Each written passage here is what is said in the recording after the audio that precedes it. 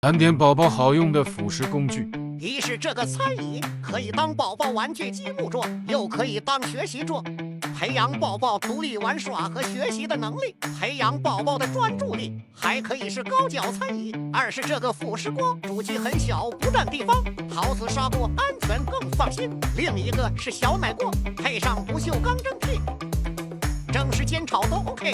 米油、煮粥、煲汤、甜品、兼食5大功能，对于宝宝日常辅食完全够用了。宝宝吃饭更乖了，搭配这个辅食碗，宝宝自主吃饭更省心。底部吸盘更大，稳稳固定在桌面上，宝宝再爱动都不会打翻。用来喝汤也很方便，吸管椭圆内径，顺畅吸补一枪，宝宝吃饭问题再也不愁。